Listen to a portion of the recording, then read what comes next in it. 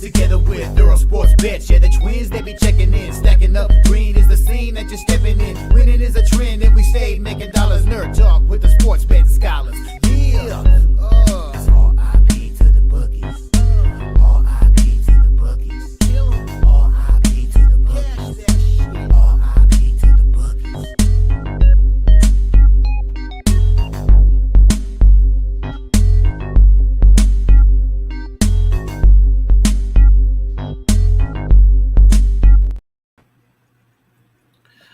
We are live. Welcome back to another edition of the Earle Sports Bet Show. My name is Nicholas. I'm joined here as always by my brother Tim. And today we have baseball, we have hockey, we have NBA.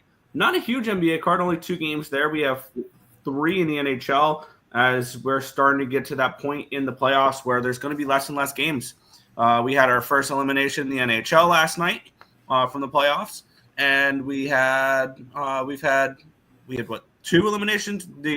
Since last night, 4, I believe, altogether so far, and probably 2 more after tonight. Are gone. The Heat are gone. The Magic are gone, and the Bucks. Thank you. Are gone. So. We've had eliminations, and we said goodbye to the New Jersey Devils last night as well. One team we did not say goodbye to, which we'll talk about in my recap, because NHL is the only thing that went somewhat right yesterday. I'll finish off with the NHL. The NBA, it's been a rough run in the NBA for me as of late. The playoffs started off really well. They have gone significantly downhill since. As I was 0-2 yesterday, down 2.25 units in the NBA. As I had the Knicks team total over 109.5, and I had the full game over 214. Game finished 106-103. So not good there. The NBA or the NHL was words. So basically, the only bets I won last night were hockey because I reverse swept in the MLB. Double loser on the first 5 team total over, first 5 over in Cleveland and Minnesota. Both those pitchers who shoved, but that I projected to get hit, shoved Bybee and Paddock. The best result in baseball for me yesterday, St. Louis and Cincinnati was rained out. That was very nice. Not nice not to lose that one. The Pittsburgh Pirates were a terrible read. The Nationals were not a great read either. I had them first 5 plus a half. I was leaning on that and then ended up pulling the trigger, unfortunately. And then the San Francisco Giants first 5 didn't. Logan Webb got hit, so that was frustrating there. So 0-5 took me out of the running really for the contest. Which was something I was leading for majority of the month, and I'm not going to win because I had a shit day in baseball yesterday, down 5.35 units. But that happens. And then in hockey, hockey was strong yesterday. And my only my bad. I went 3-2, and I had the Ottawa Senators plus 145. Things are getting interesting. Yeah, the Leafs are about to blow it. There goes my Cup future. The Leafs are now 1-13, their last 14 games, trying to close out a series, and they're 0 for their last 33 power play attempts in potential series clinching games. You bet your ass I'm on the Ottawa Senators in Game 6 because in very Leafs fashion. This is going to go to 7. The Leafs will probably win it in 7, but I think the Senators take Game 6 at home, and then we get a really, really interesting Game 7. I hope. I just for the memes, just for the entertainment, I need 7 games of Senators Leafs. I need it. I need it injected into my veins. I need it. Pass.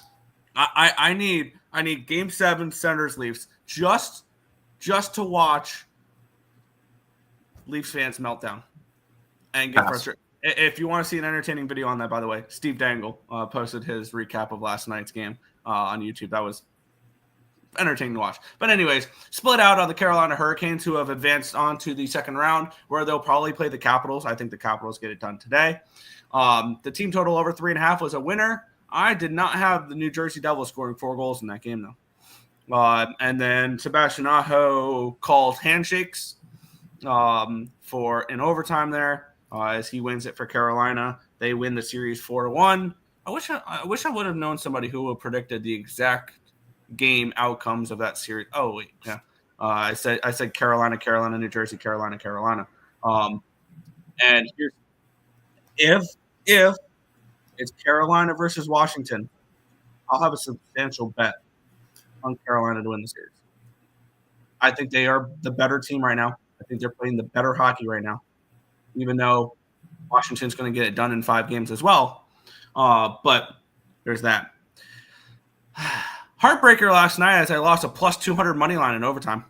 The Minnesota Wild fall in overtime plus 200. We're an overtime goal away from saying that the Wild are up 3-2 in the series. Whether or not they scored it in Game 4 or Game 5, they could have been up 3-1. They could have closed out the series by this time. Unfortunately, they haven't gotten the job done yet. Plus 200. I will never get mad about losing a plus 200 in overtime, though. I feel like I made the right bet. If you told me the Minnesota Wild at plus 200 go to overtime, I will make that bet 100 out of 100 times. Every single time, without hesitation, I will bet plus 200 on a team that goes to overtime. Yes, absolutely. No regrets about that whatsoever. And I know I got shit for it last night. No regrets whatsoever. How about this one? The Edmonton Oilers win a road game. And I think the writing was on the wall with this. That series, I will be on the Oilers on the -1 line. I will bet the Oilers to score an empty net goal. I think that they take care of business in Game 6 and close it out against LA. And they will advance to the next round to play the winner of Vegas and Edmonton, or Vegas and Minnesota. And if it's Vegas versus Edmonton, I'll be on the Oilers to win that series as well. I think the Oilers are starting to round into form, and they get the job done there. Plus 120 winner. They're overall a terrible night, but the NHL is decent. It was not really that great of a night on the site. We were down 1.71 units. Pacers win the game. Good for them. In overtime, but they only win by 1. And I had them -7.5. So they suck. Not they suck. That was rough. Knicks. Can we call the Knicks frauds yet? No, they're up 3-2 in the series. Quit that. How do you not win the series at home? I don't know. That's the Toronto Maple Leafs. You just took both games in Detroit and you can't win at home. Y'all suck. Guardians, I get hooked. I had the run line, so be it. Pittsburgh Pirates, we're not going to talk about that one. Was a disaster. Boston Celtics -11.5. Man, that looked a little shaky at halftime. No, by the end of the third quarter, it didn't. You had the Boston Celtics win the third quarter 36-13, and then they won the fourth quarter by 10 points. Not bad for being down 2 points at halftime. They end up winning the game by 31. Celtics win the series, but I will say was not impressed by that series by them. I'll talk about that game last. I'll talk about that game last because that was my favorite game of the night. The San Francisco Giants money line was a loser. The over in the Seattle game was a winner, though. Polanco, 2 home runs. Looked good. And then your hockey, you were profitable on the site with hockey. Because your 2 losers were even money on the Canes puck line and the Wild plus 192. You had winners on the Oilers and the Senators. So there you go. And the last play that I'll talk about, how about them Denver Nuggets? I remember hearing blatantly yesterday that, hey, you even know it's a Clipper spot. It's a Clipper spot. It's a Clipper spot. No, it wasn't. That game was a 12-point game, 12-point lead at the end of the first quarter. They led by 8 at halftime. By the time they got to the third quarter, they were up 16 points, and they never relinquished. They learned from last game not to take their foot off the gas. And they go and look to close it out in LA. I will say Game 6 is most likely. That's the Clippers spot. I will guarantee this series will be playing on the 3rd on Saturday. And the game, it says it's going to be 1 o'clock, but it also says the next Pistons game would be 1 o'clock. I'm pretty sure it's a TBD. But there will be 7 games between the Clippers and the Nuggets. I will say that now. But the Nuggets take a 3-2 lead in the series. Still was a down day, but ready to jump into today's card, Nick, which MLB looks a little weird because there's a lot of TBD pitchers and pitchers making their first starts of the year. Yep. Let's quickly say hi to the chat. Yep. I'll be here until noon, so we'll try to get through as much as we can. Here is for the baseball contest. Good morning, Nick. Good morning, Tim. Brad, now you could ask about your Rockets because they actually played today. I actually looked at the game. I'm probably taking the Warriors. Anyways, Cash Canes in 5. Love to see it. There you go. Vegas back-to-back overtime winner. Senators, it's happening. Dude, it's pretty much a great shape. I would love it. I would. And here, this is not me saying the Senators are winning the series. The Senators are forcing game. They're forcing Game 7 though. They're going to force Game 7. NHL's rigged. I'm convinced. Terrible MLB day. Did I do good or bad in the contest? WRC plus King. Yeah, you did well. You did well. Leafs aren't blowing it. Yes, they are. No chance they don't blow it. Kings forgot how to play their game. They look lost. Yeah, that's over. I said that heading into the series. Everybody loved the Kings. The Oilers are the better team. Turns out the Oilers still own them. Sandy looked brutal. Suppness. Do the Panthers end it tonight? I took the over. I'm interested in the Lightning a little bit. I am interested in the Lightning a little bit. I don't know if I'm pulling the trigger on them yet, though. Fair enough. Going to the Brewers game next Tuesday against the Astros. There you go. What up, gang? What's up, Drew? Hey, Drew. How did the Pistons look last night? Not Pistons. Sorry, Clippers look last night. I was gonna say the Pistons look pretty good. Yeah, my bad. Astros are. Hey guys. Hey Tony. How you doing? I'm 1-0 in the contest. Flawless victory. Did Victor actually put something in the contest yesterday? No, he didn't. He did not click the link and type it into the Google Forms, so it was not submitted. There you go. Redemption. Nope. You didn't put it in, so you're still 0-0. In order to be in contest, you have to follow the rules. Let's go back to kindergarten, everybody. You would think people who are smart enough to bet on sports would understand basic rules on how to enter a contest, right? Let's hold your hand. You got to click a link. You got to type it in. And you got to press your name. Then type in the plays with the odds. Because I've had people not type in odds. And I don't count those plays because people will be like, oh, Orioles game under. Under what? What odds? What am I supposed to do with that? Yeah. Buenos dias, twins. What's up? I will talk to him. I will talk about the bride. Okay. Knicks losing next round no matter who they play. I agree. It's the Celtics. It's the Celtics. The new 4-4-6, right? Tim, I only said the poisonous comment yesterday because I care about you guys. Okay, yeah, I realize that. I will say it's one of the angles that I've been writing for a while. It is profitable long term. Special people we got here. LL Clippers going to bounce back. Yeah, I will say it's going to go 7 games. I will be on the Clippers. If you're looking at odds right now to win the series, the Clippers are down 3-2, and they're plus 155 on DraftKings to win the series. They're still very, very live, and we've seen this before. We saw this last year, and we saw this, I believe, in 2019 against the Portland Trailblazers. The Nuggets won Game 5 at home.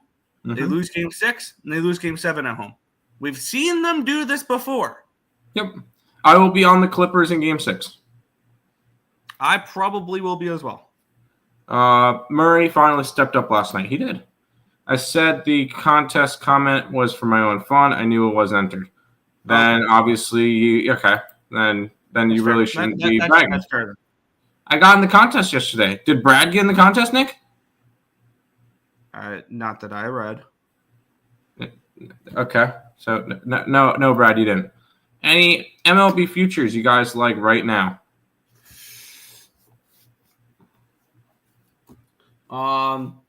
I want to take a look at one, and this is going to be really disgusting. Give me 2 minutes on this one because I don't think this number can get any lower at the moment. So give me a minute. I'm going to look for a win total real quick. Padres missed the playoffs. Padres missed the playoffs. That's not a bad look. But I want to take a look here for this one because let's just wow. Well, if you bet into something, if you bet the White Sox have the worst record this year, you're in a rough spot right now. But I took the Rockies. You took the Rockies. Yeah, I'm trying to find win totals here in this one, and to win 60+ games, the Rockies aren't even listed. Nope, don't even, Nick. So you made a fake contest in your head for yourself. There you go. Morning. I will enter my picks for the contest in May, despite it taking out my precious time. Wow, I know, you're 2 minutes. I learned about it April 11th, didn't want to enter. You had 20 days to play in it, but okay, fine. No, whatever. Don't say Rockies, I knew it. Canes extend Taylor 3 years, 3.16. Yeah, and he was the one I used for the Patino challenge last night, where you pick a player, say they ain't walking through the door, and that team's been eliminated. One thing I like to do is I want to try to find team players on the team that beat them and put them as it. So Taylor Hall is a Carolina Hurricane, so I said Taylor Hall ain't walking through the door with him with the Devils. By the way, Rockies over 45.5 wins. No. Just gonna throw that out there. By the way, if you think the Orioles bounce back, their win total is 78.5. No, I don't. We're excited, yeah. Okay, Tim, I'll be in it. How's work? Work's good. You had one job. You had one job, one opportunity to seize everything you ever wanted. One moment. Sorry. Okay. All right, Nick, let's start jumping into the games because I believe this is this a doubleheader today? This is a doubleheader. This is game one between Brady Singer and Miles Michaelis. The Cincinnati Reds taking on the St. Louis Cardinals, minus 145 for the Reds, total of 9.5. Let's take a look at the line history in this one here. This game kicking first pitch in a little bit less than 2 hours, 12:40 Eastern Standard Time. So if you want to bet this game, keep that in mind. Line opened up at minus 140. It's now 141. Line opened up at a 9.5, minus 105. It's now 9.5, 9 at minus 119.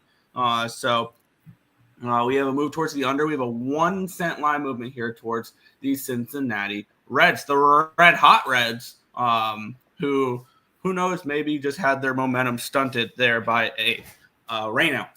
Taking a look at the cash flow in this game, 85% of the tickets and 87% of the cash is on the Reds. 68% of the tickets and 66% of the cash is on the over. And yet this line's moved towards the under. It went from the 9.5 down to a 9 with 32% of tickets and 34% of cash on the under. The question is, do you trust Miles Michaelis with an under? I don't. 5.7 ERA, 1.52 whip, 4.94 strikeouts per nine, which is 12%. 3.42 walks per nine, a 3.21 BABIP, a 3.12 FIP, and a 5.26 SIERA. On the flip side, we have Brady Singer, 3.62 ERA, 1.13 whip, 9.54 strikeouts per nine, which is 29%, 3.96 walks per nine, a 279 BABIP, a 3.15 FIP, and a 3.28 SIERA. The bullpen edge is a significant one towards the Cardinals. The hitting edge is a slight one towards the Reds, 106 WRC plus, which is 12th, compared to 104, which is 17th. I do think the pitching advantage with the Cincinnati Reds does make this line make sense, because I think there is a significant starting pitching advantage here with the Cincinnati Reds in this matchup. Now, do I want to back the Reds in this game? I don't know. And if I would, it'd be on the first five. Now, am I backing an over, trying to fade Michaelis like that? No. The markets are suggesting he might actually be okay this game. I don't trust it. I'm not going to bet on that. I would rather fade Michaelis than back Michaelis, but he's been slightly better as of late. Line opened up 145. It's now 160 in the first 5 innings with the Cincinnati Reds. For me, I would want to take a look at what the price is for it. I'm assuming with this total being a 9.5 that we're not getting the greatest number for the first 5 run line here with the Reds. And of course, it's not showing on any of my I'm trying to look on BetStamp to see who would have the best available numbers, and they're not showing me any of it. So I'm going to shop around here, see what the number is. But I'm looking at the Reds in the first 5 innings on the -0.5 first 5 run line. That would be my lean in this spot here, which you're getting around -120 on Bet365. I want to take a look at what the other books are going to offer. I might get to that. That would be my only look in this game, though. I will say I would like to go and, I mean, you know how I approach doubleheaders. I want to take the Reds run line both games. You can get +1. Let's see, what can I get for? I don't know if that's the right one. See, they have it multiple. Okay, that's probably going to be the right one. I could see +136. +140 for game 1. And I'm seeing like +150 something for game 2. I want to take the Reds in both games. This has been a Reds team that is red hot. Their last 5, they've won their last 5. Granted, it was against Miami, Colorado, and the Cardinals. So not really great competition, but I could see this team continuing to hit. I would like to grab the Reds in both games. I found a number I liked. I got the first 5 run line at -110. I want to isolate this strictly to the first 5. I do not like the Reds bullpen. It's fully rested, but it's not been good. The Cardinal bullpen has been better than the Reds bullpen for sure. Even though and they're both fully rested. So with the rain out yesterday, and I do not. And I don't think the hitting advantage is enough for me to be like, yeah, let me go ahead and take the full game with the Reds. This is strictly first 5 for me. I laid the half a run in the first 5 innings at -110 over on ESPN Bet. Oh, that's right with the Reds.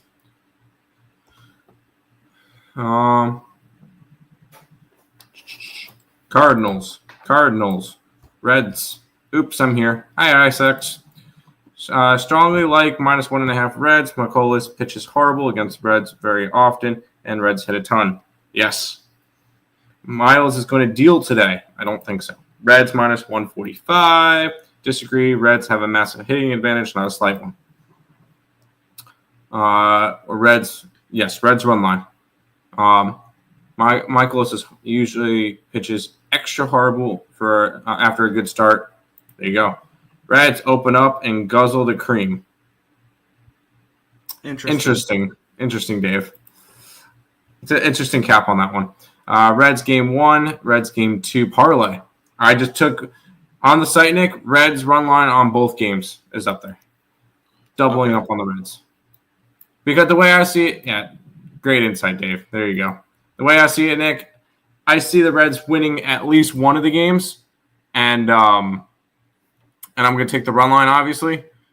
So if I'm going to do that, I might as well go and jump on the run line both games. Fair.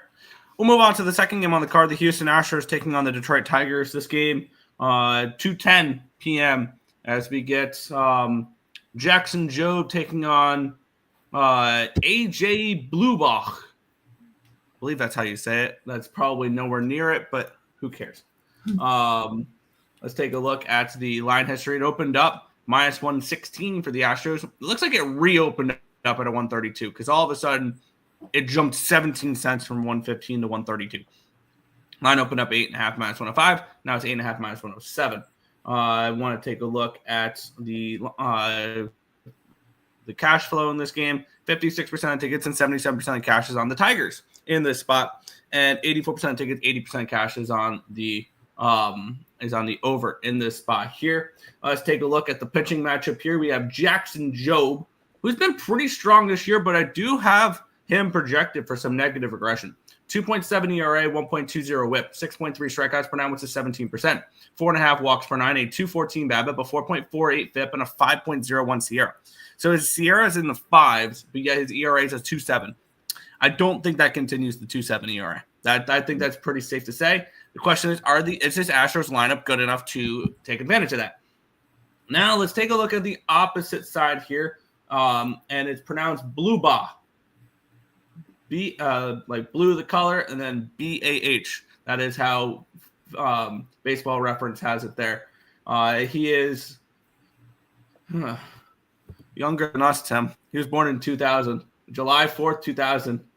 He was selected by the Astros in the 7th round in the 2022 draft out of the University of Wisconsin-Milwaukee. He was a Badger. No, he was a Panther. Yeah, I was about to say University of Milwaukee's not Wisconsin. Milwaukee in the Horizon League. Yep. That's fun. Nope. That's Madison. Yep. Where he was okay in the Horizon League. He had an ERA in the threes in both 2021 and 2022. He was ERA in college baseball with a grain of salt. And then he started in the summer league for Earle. He started in single A with Fayetteville. Yeah, let's take a look. What he's done so far this year, he's thrown 21 innings for the Sugarland Space Cowboys, one of the greatest names in minor league sports, by the way. I have to say that. He to a 3.86 ERA.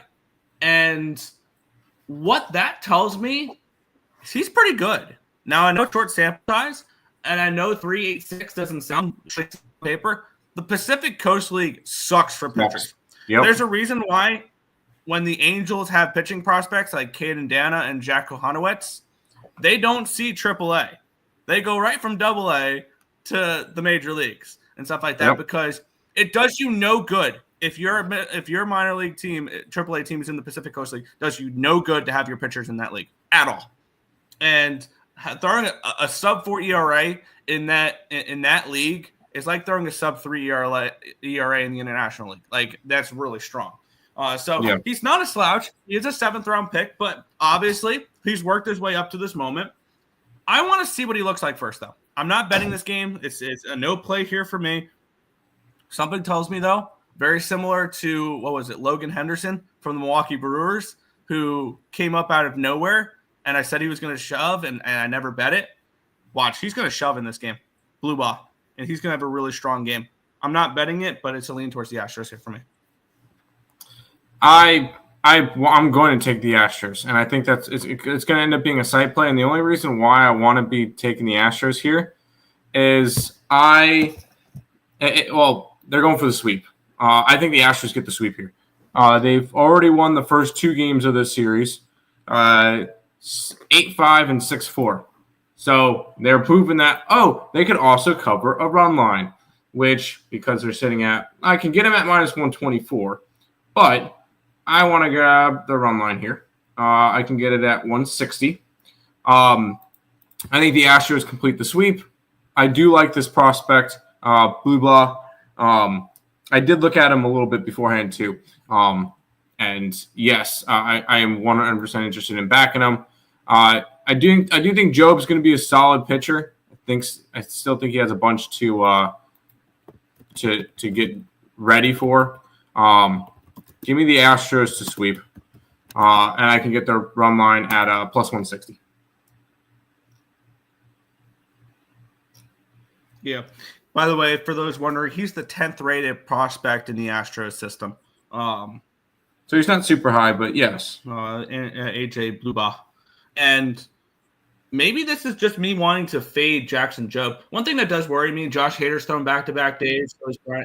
Yes, so is Brian. I like Jackson Jobe. I just don't think he's a 2.7 ERA pitcher right now. This early in his career. I think he's going to struggle, but he's going to be awesome. Him and Skubal for years to come is going to be awesome in that rotation. And Casey Mize. The Astros did use a little bit of bullpen yesterday. Casey Mize is finally coming around too, which is nice to see for them. Him and Torque, their 2 number 1 overall picks, finally coming around. Yes. Yeah. That has to be good to see if you're the Detroit Tigers for sure. And then for the Tigers bullpen, Kenta Maeda threw 20 yesterday, Will Vest threw 34, and Chase Lee threw back-to-back days. Gunther, Hannafy, Holton, Haley, Canely, and Herter are all available. So that ultimately keep me off this game because the Astros top guys will probably not be available too much in this game. And I would want that for that spot here. So not a game I'm getting involved with. Oh, Astros run line plus 160 is up on the site. Anyways, Dave's a little freaky. Well, Dave's cool. No. Tigers smashing the over. 17.8 wins blank straight out. Joe been good. Can't decide. Tigers team total over. Tigers money line or the over. Take the over. I play the over. Astros first 5. I think Blue Balls has trouble with his ERA, who is in the 4s in the minors. That the Pacific Coast League. Please learn your minor league baseball. Please learn your minor league baseball. The Pacific Coast League is the worst league to pitch in. Basically, almost all of the stadiums in the Pacific Coast League is Coors Field Jr. That's all it is. They're incredible hitter-friendly ballparks. All of them. Basically all of them. Yes. Tigers first 5 might have actually been might have won both first 5. All right. Who are you guys? Okay. What's better, our WRC plus, Nick? The Tigers do have the edge in that one as well. The Tigers are hitting 109 WRC plus, which is 8th. And the Astros against righties, 89 WRC plus, 24th. Tigers are horrible away. Astros have been great at home. Yeah. I'm going with the Astros. I figured you would as much, Brad. Lines priced like the Astros ain't sweeping. Thank you for the show, y'all. Priced like they have a pitcher on the mound that we've never seen before. Exactly. That's what I was thinking too. They're priced like we don't know. I really want to start my day off with the Reds first 5 and the Astros on the -1 line. It's the question. Because you can get -130 with the Astros. The -1 line would be plus money. I just don't know if I can pull the trigger on that. Vanny McColas, yes. But he's clueless. I'll admit I know nothing about minor league baseball or college stuff. And it's great to admit when you're wrong. Hey, and you'll learn that. So, yeah. And you'll definitely learn. You're good. Tigers, no. Nick, we don't have what's the money line on this one?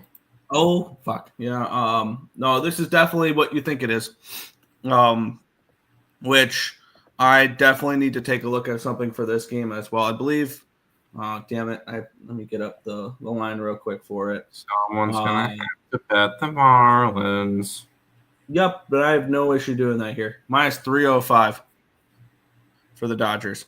I'll stay off the Astros, but I'll be doubling up on this game. We have the LA Dodgers taking on the Miami Marlins -305. All right, the Los Angeles Dodgers total of 9.5 in this game. We have the GOAT Cal Quantrill taking on Tony Gonsolin. Line opened up at a 279. It reopened up at a 290 and solid to a 305. No, this is not a cash cow because it's -300. Line opened up at a 9, -115. It's now 9.5, -122. So move towards the over here as well. Maybe this might be a triple up spot potentially here. Let's talk about it. We have 95% tickets, 95% of the cash is on the Dodgers. If this was Dodgers -275, -280, they would be a cash cow if the line did open up around the 250, 260 mark. So this would play into that. 89% of tickets and 93% of cash on the over here as well. Taking a look at the pitching matchup in this game, we have Cal Quantrill, who has been terrible this year. No sugarcoating it. 7.83 ERA, 1.78 WHIP. 5.09 strikeouts per nine, which is 13%. 3.52 walks per nine, a 364 BABIP, a 5.51 FIP, and a 5.20 Sierra. Tony Gonsolin on the other side here has yet to make a start this year. He's coming back from an injury, which I would take. I would like to take a look at, because it feels like it's been a hot minute since we have seen Goose on the mound here, with Gonsolin, where he was a 9th round pick out of St. Mary's, so a little bit of action there. He last appeared for the Dodgers in 2023. He did not pitch all of 2024, and he was solid. Or no, he was bad in 2023. 4.98 ERA. I want to take a look if he has any. I was trying to see if he had any numbers from minor leagues to see if what his rehabs look like so far, but it looks like I'm not getting that at the moment. And you're going to trust somebody who hasn't pitched since 2023 at a minus 305 price tag? I'm not. Absolutely, I'm not. And I have a feeling this might be a triple up spot with the way that the line's moving up. I get it. 89% tickets, 93% cash on the over. I think Gonsolin gets hit in this game. I think that's what it was telling us. And I think if the Marlins are going to win this game with Cal Quantrill on the mound, they're going to need to score runs as well. So, wow. I'm really going to have 3 bets on the Marlins today. That's the way this is going to go. So, yeah, we have the minus 300 fade. So let's get it started. Plus 220, first 5 money line, Miami Marlins. Let's keep it going. Full game money line, plus 265 on FanDuel. And we're going to tack on one more here. Let me see what the number is for it. Let's see if it's bettable real quick. It is bettable, and it is a minus 105. Miami Marlins team total over 3.5, minus 105. I think Gonsolin gets hit in this game. And I think we see the Marlins be able to put up some runs in this spot. So I can't believe I have 3 bets on the goddamn Marlins today. But I'm on the Marlins, first 5 plus 220, full game plus 265, and team total over 3.5, minus 105. All right. I'll make a deal with you. We're going to have the Marlins up on the site. But I was able to get 2.5 runs at plus 102. Oh. I do not want, because I could easily see this one. This could easily get ugly. But the way I see it, if you think that the Marlins are going to score, well, that will require the Dodgers even more runs in order to cover. And I got plus money on it. So I'm not going to go all the way where we grab a money line, but plus 102 for plus 2.5, I feel like is fair. Yeah, I understand that. But I know with the site and everything, because I want to try to make it a little bit more even. When it comes to some plays that you like that I don't have any interest in, I'll kind of put something up there for you. Okay. And because I have no interest in this game. But you love your minus 300 fade, and I was able to find a good line on the Marlins. So Marlins 2.5 at plus 102. Yeah, and I know people are not going to like it, but it is what it is. I'm trying to say, who are you guys talking? Who are you guys talking about? Are you guys talking about AJ Bubal? Your pitcher, yeah. We were just talking about your pitcher. Blue Bah. Yes, the Dodgers are big favorites today. Dodgers Marlins overs have been filling up my wallet digitally. Dodgers smash, stop the fish fade. You're hilarious. Maybe Coyote is 446. By the way, I'm not fish fading. Yeah, I know. Nick, do the Marlins hit righties. Pretty sure they hit nobody. The Marlins against righties are not as bad as you think. 90 WRC plus, which is 22nd. Okay. Is Marlins pitcher a righty? No, yes, Quantrill's a righty. Who's at the top of the contest, Nick, if it's not you? It would be I'll say it's one simple word for you, Tim, on who's on top of the list, on top of the standings. Supness. Lex, all right, nice. Got to go back to the over. There you go. Marlins. Any parts of the Rockets, Golden State? Yeah, give me the Warriors to finish it out. Goodbye, Rockets. Telling the chat. Not you guys. You goof. All right, Nick. I know this one was close to your minus 300, but luckily you got lucky. Yeah, I got. Here's the thing, though. I kind of wanted to bet it. To be completely honest, I might just be sick in the. I might be sick in the head, but you are. We have the. Well, here's the thing: is I've only had one other instance where we've had a minus 300 favorite on the road, and it was last year in April or May. And it was Chris Sale on the road at the Chicago White Sox. And that was a 2-1 game. But I feel like that was a different spot because that was a standalone game. It was a standalone game. Like that was a one-game series. Yes, that was a tricky spot. That was a weird spot, and somehow there were still minus 300 favorites. Now, I have a feeling I'm going to bet the Rockies in this game. And let's talk about it. Line open up 229. It's all the way up to a 280. Now, I just don't think the Braves should be laying minus 300 on the road, personally, or minus 2. I'm seeing minus 300 on Bovada, minus 300 on Bet365, but 298 on DraftKings, 275 on ESPN Bet, 285 on Fanatics, 290 on FanDuel, 295 on BetMGM. I will keep an eye on this one for the next couple hours because if it does hit the minus 300, I will be back in the Rockies' first 5 and full game in this spot. Let's talk about the line history here. We already mentioned the money line where it opened up around 235. That's a ridiculous line move just in general. Line opened up at a 10 at minus 120. It's now a 10 at minus 108. Taking a look at this this pitching matchup here. Or my bad, cash flow. In this game, we have 92% of tickets and 95% of cash on the Braves. Shock. Nobody says. And then 67% of tickets and 57% of cash on the over. We have Chase Dolander taking on Chris Sale. Chris Sale has not been very good this year. 5.40 ERA, 1.59 WHIP so far this year. He's kind of regressing from his year last year. 11.44 strikeouts per nine, which is 27%. 2.86 walks per nine, a 400 BABIP, a 3.64 FIP, and a 3.28 CR. On the flip side, Chase Dolander is somebody that's kind of tricky right now. I liked him coming out of college. I liked him as a prospect in the Rockies system, and it just hasn't translated yet. He may have been rushed a little bit. 7.91 ERA. Also, he's playing for the worst team in baseball. 1.71 WHIP, 9.78 strikeouts per nine, which is 23%. 3.26 walks per nine, a 333 BABIP, a 7.37 FIP, and a 3.78 SIERA.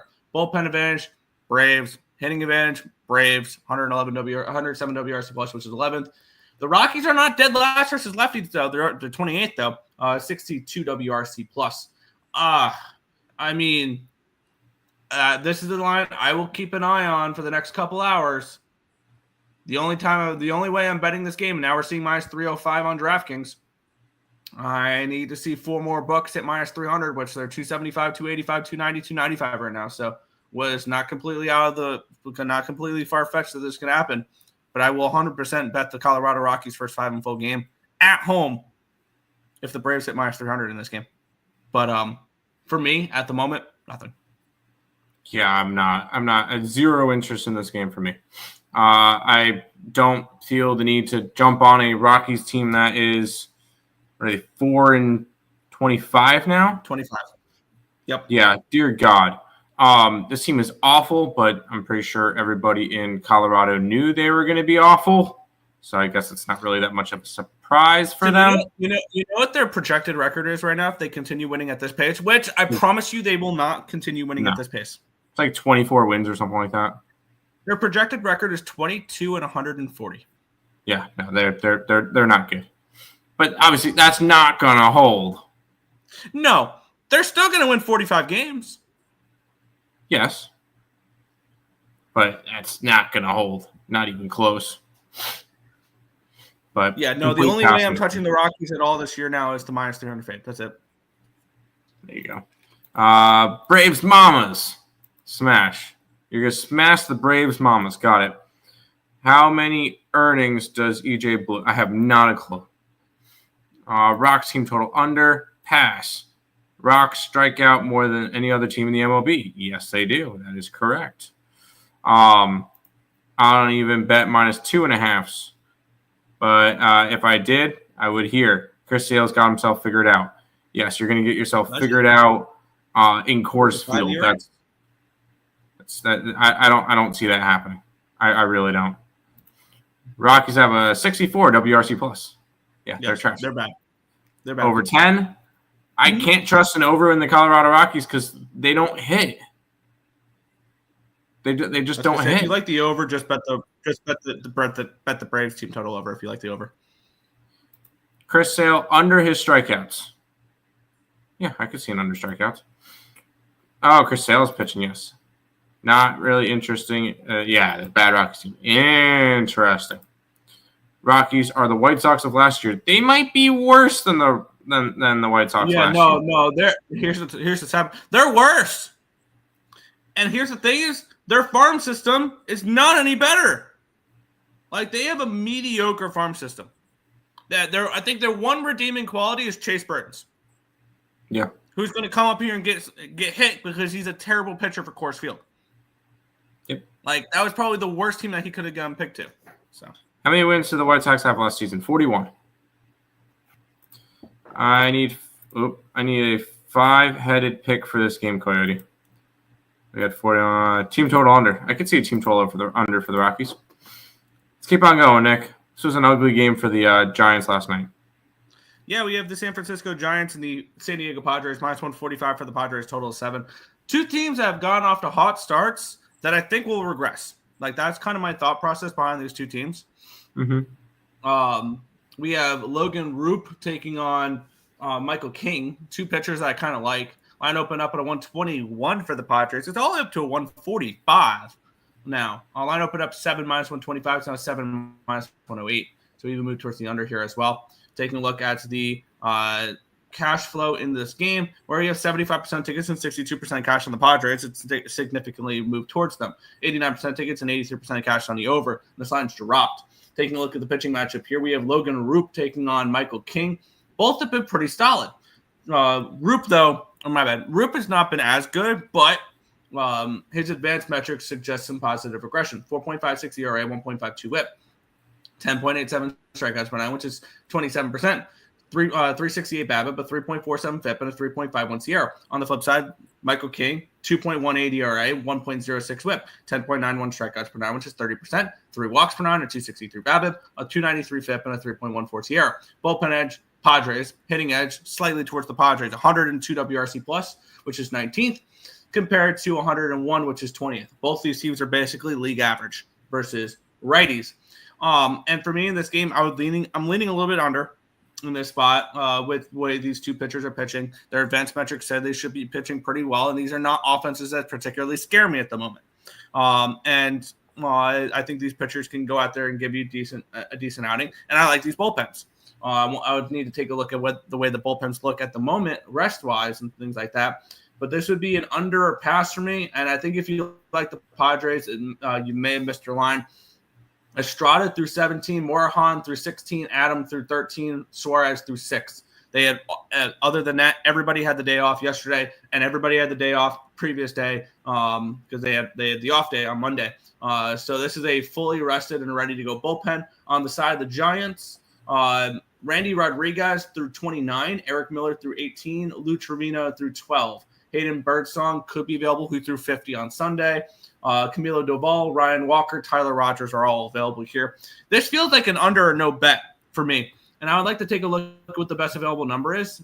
Because I think it's a 7. That's too bad. I kind of wanted a 7.5 in this game. And I have a feeling a 7.5 would be kind of expensive. Minus 145 on Bet365. We're seeing more. We're starting to see some 6.5s out there potentially too. I think this is an under game, Tim. What's your thoughts? I mean, you know how much I like Michael King. I picked him to win Cy Young. He had one bad start, and he's worked back since. Yeah, I guess that was a 2.2 innings of work there. Ever since that Atlanta game, he's pitched at least 5 innings. He's looked great in all of his starts. He had one start where he allowed 3 earned runs to the Athletics, but I'm not really as worried. I think I'm going to agree with you on this one because I don't believe in the Giants' offense as much either. This is a Giants team that's been really good off of pitching. Although Giants are 18-12 to the over. So that's a little interesting. Roop hasn't been as great this year. But I do like Michael King. So if I'm going after anything, I do feel like I would be okay going after Michael King. I'm kind of interested in the Padres here, backing King. Yeah, I don't think I can go after the under. I think if I'm going after anything, it's San Diego run line or nothing. I've moved on the under 7 minus 110 on Bovada. I like both these pitchers. I expect better from Logan Roop. I do. I really like Logan Roop, and maybe I like him too much. But his advanced metrics suggest he should be much better than he is right now. Yeah. Don't mind that. Padres smash. Padres money line. Run line. Yeah, run line, dude. Under. I went against my intuition yesterday and went under 6.5 in this game, and the offenses are better than the data says. Nerfy. Tam, I'm going to enter the contest so I can make Nick. Okay. How many picks in my docs trying to make a crazy comeback, LOL, on the last day for some fun? Okay. How far back is he? You are pretty significantly far back. You're gonna need to basically, you're gonna need basically a 25 unit day if Flex Steel doesn't put any place in. There you go.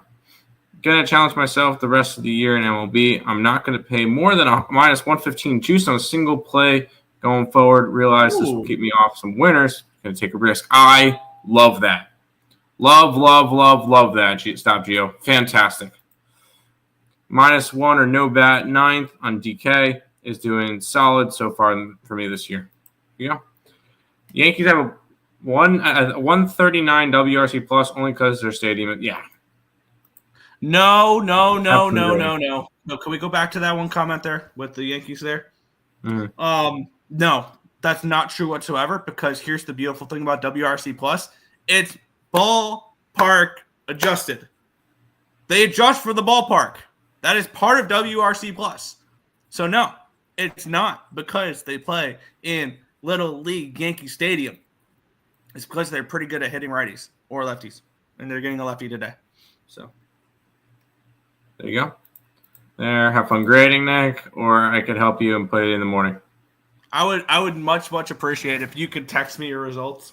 If you're putting in like 30, 35 to 40 plays, just text me the results. I don't have half an hour in the morning to grade just your plays.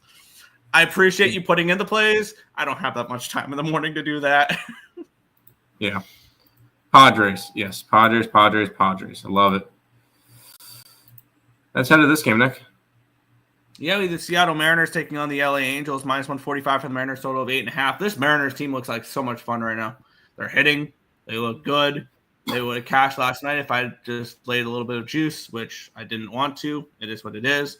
This line opened up at a 145. It's down to a 143. Line opened up at an 8. It's now an 8.5. So we do have a move towards this over here in this spot, which we're seeing some more Mariner overs this year. Imagine that. Taking a look at the cash flow in this one, 68% of tickets and 62% of the cash is on the Mariners, and lines moving slightly towards the Angels. 89 and 89 is on the over. In this one here, we have Tyler Anderson taking on Emerson Hancock. Anderson, 2.6 ERA, 1.05 whip, 7.16 strikeouts per nine, which is 20%, 3.9 walks per nine, a 167 BABIP, a 5.25 FIP, and a 4.96 SIERA. On the flip side, Emerson Hancock, a 7.71 ERA, a 1.71 whip, 8.49 strikeouts per nine, which is 21%, 2.31 walks per nine, a 4.17 BABIP. That is not going to be sustainable there.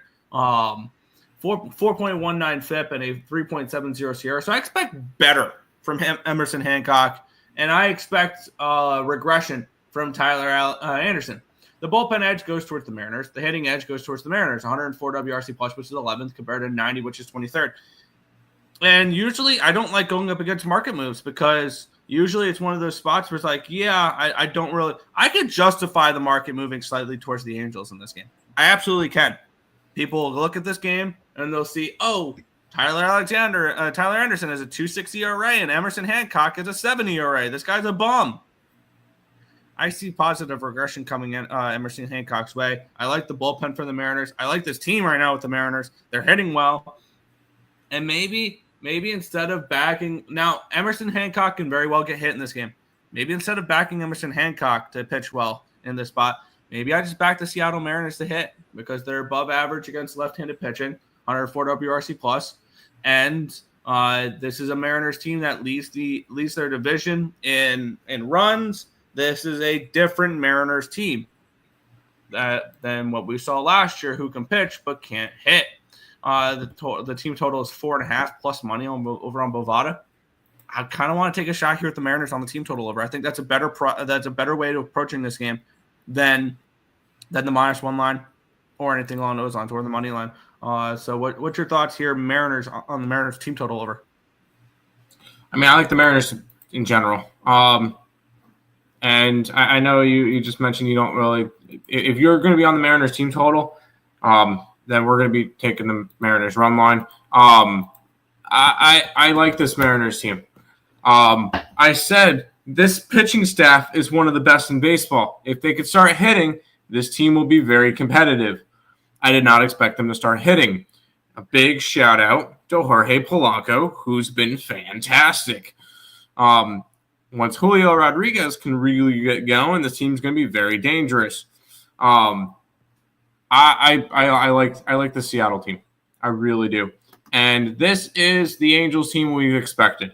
They've lost 4 games in a row, 7 out of 10, and they're falling to 4 games under 500. I think 5 after today.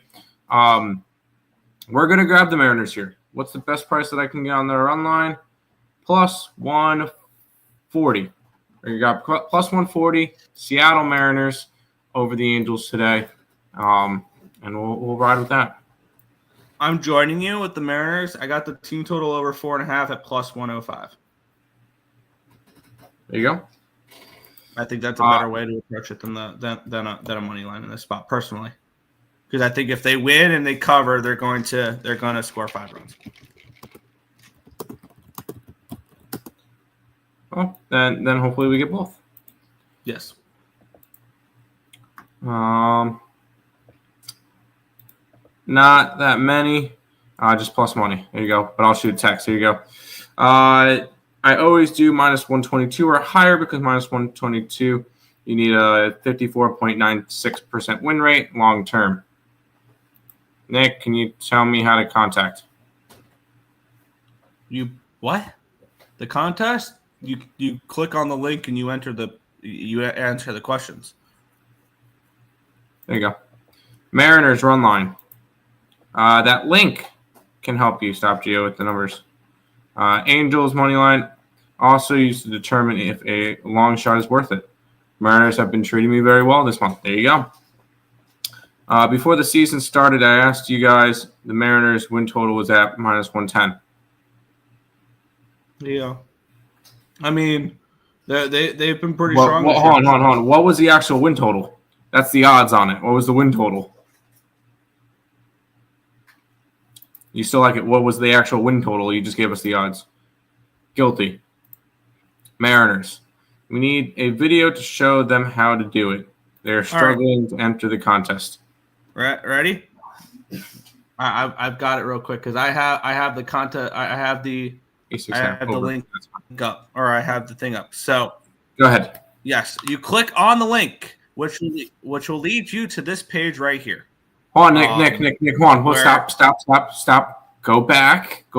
Show yourself clicking on the link so people will know how to click on a link. People should know how to click on a link, and I can't really do that.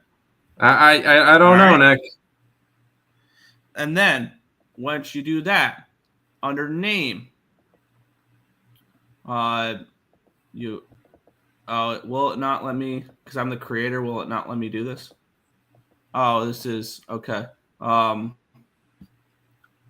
let me click on the link real quick and do it that, and load it up that way, because that's the creator link. So give me 2 seconds. I apologize on this one. I can't. Give me 2 seconds on that. I'm kidding. Nick, put the link in the private chat. Oh wait. Yeah, put the link in the private chat and I'll click on it. There we go. All right, cool. I got it. I've got it up. Okay. Because I forgot that there's a different view between the creator of the forms and that. So there we go. It'll pop up like this.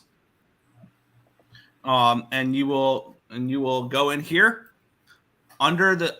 All right. So what it'll pop up, it'll pop up these 2 questions. They're both required questions. So yes, your name. You will type in your name. So I would type in Nicholas Earle, because that is my name. Yes. No, you do not type in Nicholas Earle. You type in your name. You type in your name. No, you're doing it. You said to put in Nicholas Earle. It's right there. That's what you said. No. Put in your. Stop it. All right, stop it. And then under MLB plays, I'm just going to use. Well, we talked about him earlier. Miami Marlins. You could type in money line. If you type it in like this as well, I'll understand this as a money line. And then once you type in all your plays, like let's just do that. I don't like that play. Okay, they're minus 115. They were they're not.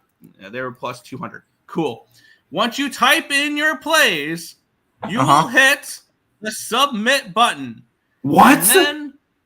And then it'll tell you your response has been recorded. Then and only then we have this, or we would have your response. So what I would see is now under this one, I could see the summary of who is submitted. So for the first one, I have Ice X's here because he's submitted, and then here's under mine. I will see under my response that Nicholas Earle sent in the Miami Marlins at plus 265, after blah blah blah at minus 115, and Joe at plus 200. So that is how you submit your plays in the contest. It's not that hard, right? I'm glad we had to. I'm sorry we had to explain this. You're gonna have to see the chat. Hold on. Show them how. Yeah, exactly. Oh, you lost them, Nick. Put the link in the chat. I'll save it as because it's a different one every day. It's a new link every single day for the different one, but because like that one that when you click on the link, it'll say April 30th. There it is. Victory, eyes on the screen. We need a tutorial on how to enter the contest so we can put it in slow-mo and replay. I guess you know what, Nick. I might have to do that. Nick, tonight, record a short video on StreamYard of how to do it and post it out so when the May contest comes out, they will see it.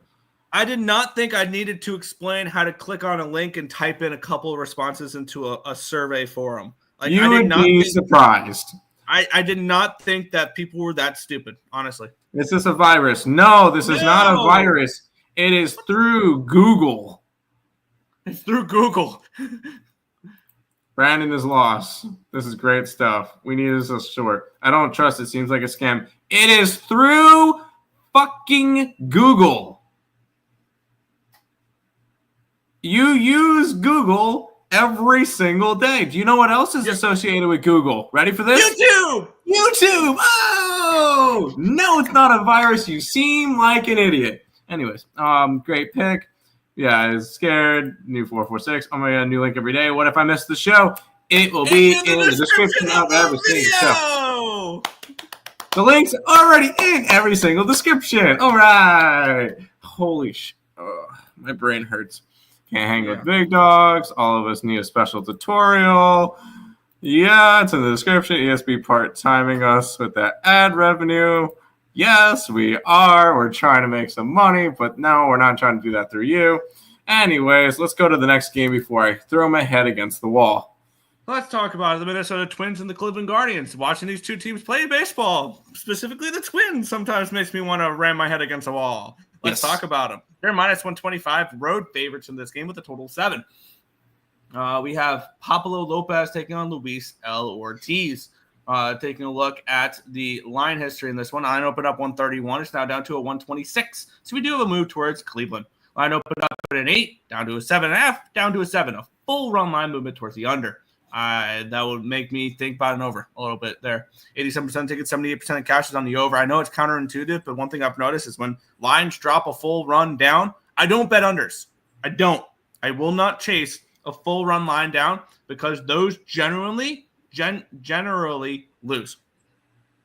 We have 62% of tickets and 60% of cash on the Twins, yet this line's moving towards the Guardians. I like Luis Ortiz. I think actually we have Pablo Lopez on the opposite side, 2.08 ERA, 1.11 whip, 8.31 strikeouts per 9, which is 22%. 1.66 walks per 9, a 286 BABIP, a 2.99 FIP, and a 3.45 SIERA. Luis L. Ortiz had a 5.96 ERA, 1.56 whip, 10.87 strikeouts per 9, which is 26%. 4.91 walks per 9, a 3.24 BABIP, a 4.33 FIP, and a 3.93 SIERA. The bullpen edge goes towards the Cleveland Guardians. The hitting edge slightly goes towards the Minnesota Twins, 105 WRC plus, which is 16th, compared to 103, which is 18th. So not significant whatsoever. I would only look at the Guardians in this spot. It's the only spot I would look in this game at plus money. I don't trust the Minnesota Twins laying a number on the road. I just don't. And ultimately, this will probably just be a no play for me. But I'm not trusting the Twins as a road favorite at the moment. I think the Guardians are the better overall team, and I think Luis Ortiz is not. He's not Pablo Lopez's level. I'm not saying that Luis Ortiz is better than Pablo Lopez. But at this number, I'd rather back him than laying a number on the road with Pablo Lopez. So for me, it's Guardians or no bet, but it's no bet. I'm going to do what I should have done the first 2 games of this series. Pass. Because the first game, I took the Guardians. They get blown out. Yesterday, I took the Guardians. Run line, they win by 1. I cannot win in this series. I refuse to bet it anymore. This is just... Hey, sometimes you just got to know what you're good at, what you're not good at it in terms of betting. The AL Central always gives me fits. So I'm not betting the AL Central game. So, not interested. This one's a pass. And there'll be better games to bet on this card. Like the next one. Yes. And we're going right back to something that we didn't do yesterday. And, of course, Speds. Spedsmen. Indians. Click the link. That's all you need to do. Yes. Cleveland smash. But cavemen were able to start fires, weren't they? Apparently. Yeah. Luis Ortiz over strikeouts. These teams are tied for WRC plus. Draw spot? Yeah. And here's the thing. Robert, if you look at WRC plus, the way I do it is I don't look at overall WRC plus. I look at what they do against lefties and what they do against righties. So I will. I righty numbers for both these teams up for this one. Lopez under his strikeouts. First inning draw. So nerf extra innings. Okay. No. He's not saying nerfy. Because it could be 1-1, 2-2. Massive pitching advantage, Twins. Yes, I don't think it's as much of an advantage as you think, but yes, it is an advantage nevertheless. Rob is very excited over WRC plus. He is. Follow trends. Twins, Yerfy. Go for it, dude. A little bit more to baseball. It worked for me good yesterday. Yep. I used those stats for a reason. I know where I'm going in this game. Me too. And I should have just – here's the thing, though. My cap was half right for that game yesterday because what was I concerned about with that first 5 over yesterday? The Orioles don't hit lefties. What didn't the Orioles do yesterday? They didn't hit the lefties in the first 5 innings. Their first run was in the 6th. So my cap was half right. I did not have the Yankees scoring 12 runs in the first 5 innings, though, and it being 12-0 at the end of 5. My cap was right. I didn't trust the Orioles hitting lefties at all, and they didn't. It was all Yankees yesterday, right from the rip. But let's take a look at the line history in this one here between Cade Povich and Carlos Carrasco. Line opened up -120 for the Yankees. It's now -117 for the Orioles. So we do have a dog to favorite flip for the Orioles here in this one. Line opened up at a 9.5, got up to a 10, back down to a 9.5. So there's that. 84% tickets and 78% of cash on the over. 86% of tickets, 89% of cash on the Yankees. Yet this line's gone from dog to favorite. I think the Orioles hit today. Especially after basically not hitting yesterday. Yes, I know they scored 3 runs. One was in the 9th inning, down 15-2. I do not care. And the other 2 were down 12-0 and down 13-1. So, no, I do not care that they were able to hit yesterday off of them. It is Carlos Cookie Carrasco taking on Cade Povich. Carrasco, a 5.26 ERA, a 1.36 whip, 5.96 strikeouts per 9, which is 16%, 3.16 walks per 9, a 269 BABIP, a 5.34 FIP, and a 4.79 SIERA. On the flip side, Cade Povich, 5.04 ERA, 1.72 whip, 8.28 strikeouts per 9, which is 20%, 3.24 walks per 9, a 385 BABIP, a 4.4 FIP, and a 4.14 SIERA. Bullpen edge goes towards the Yankees. They both have pretty decent bullpens. The Yankees are the best in baseball versus left-handed pitching, 149 WRC plus. The Orioles are 4th in baseball against righties, 122 WRC plus. They don't hit lefties. They can hit righties, though. I'm on the first 5 over 5.5 in this spot. I still like both these bullpens, and I would imagine with it being a complete blowout, and I know Kyle Gibson did not last very long yesterday, but I'm assuming the Orioles just went through shit pitchers. Matt Bowman threw 34, Colonial Perez threw 27, Brian Baker threw 18. Gregory Soto did not pitch, neither did Keegan Aiken, neither did Felix Bautista, neither did Yanier Cano, neither did Sir Anthony Dominguez. None of their top guys pitched yesterday. And I think you can say the same for the Yankees, who threw Tyler Matzik for 21 pitches and Ian Hamilton for 15. So both these teams will have their bullpens fully rested and ready to go, basically, with their top guys, which will keep me off the full game over and just take the first 5 over at 5.5 -105. So, hear me out, Nick. I already put the over on the site. We're good there. Yes. Now, Orioles money line. I'm tempted. I'm very tempted. I am tempted. Okay, in this game. That's all I needed to hear.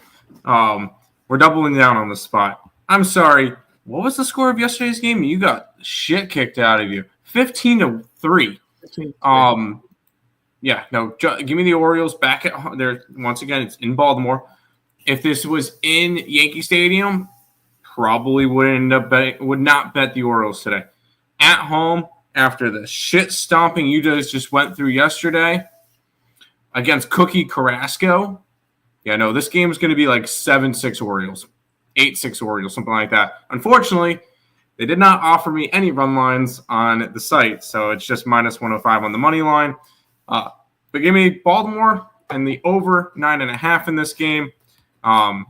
Orioles bounce back after a spot, even though I will say I have not looked at the chat yet. I can guarantee someone is going to tell me that this is stupid.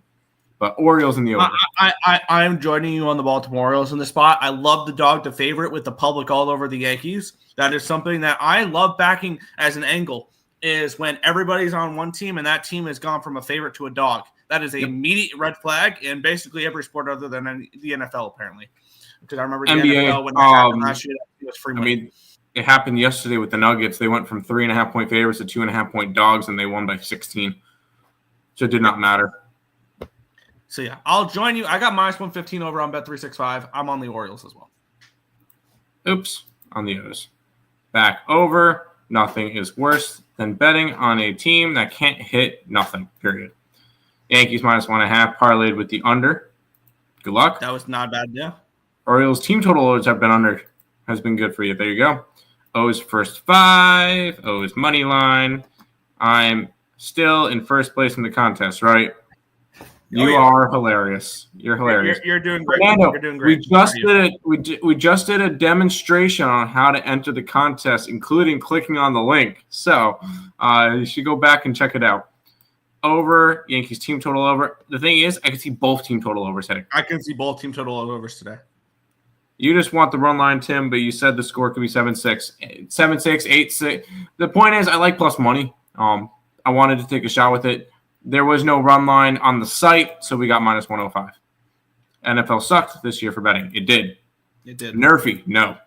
College football is the best sport. No, it's not. College baseball is the best sport to bet on. Baseball is. Baseball in general. Up 30-plus units, college football. There you go. Watch Orioles put up 3 or 4. Let's not talk about it. Lean the O's, but nope, not risking it. Let's hey, Chicago, what do you say? Yeah, they're -160 favorites on the road today, total of 9. We have the pitching matchup here, Matthew Boyd and Carmine Ludzinski. In this one here, line open up 163 down to a 155. Line open up at a 9 and even money to the overs, now 8.5 and -120. So kind of an adjustment of the juice, really, for that total. 91 and 91 on the over, 91 and 93 on the Cubbies. Lines move towards the Cubbies as well. Matthew Boyd, 2.54 ERA, 1.38 whip, 7.62 strikeouts per 9, which is 20%, 3.18 walks per 9, a 310 BABIP, a 4.03 FIP, and a 4.38 SIERA. On the other side, we have Carmine Ludzinski, 6.95 ERA, 1.82 whip, 7.36 strikeouts per 9, which is 17%, 3.86 walks per 9, a 387 BABIP, a 3.85 FIP, and a 4.24 SIERA. Bullpen edge goes towards the Pirates. Hitting edge goes towards the Cubs, 114 WRC plus, which is 6th, compared to 66, which is 25th for the Pirates against lefties. The Pirates do not hit lefties at all. And taking a look at the spot here for me, I don't trust the Cubs for full games. And I could see, and I know when you came out with your power rankings, I made an argument for the Cubs being number 1. I think the ultimate thing keeping them, that would keep me not putting them number 1, is their bullpen. And here's the thing, though. Huh? The thing keeping them from number 1 is the Mets. It's their bullpen. If their bullpen was good, not terrible, they would be the best team in baseball right now. I think if their bullpen was average, because they're well below average, this bullpen. If this bullpen's average, they're the best team in baseball, I think.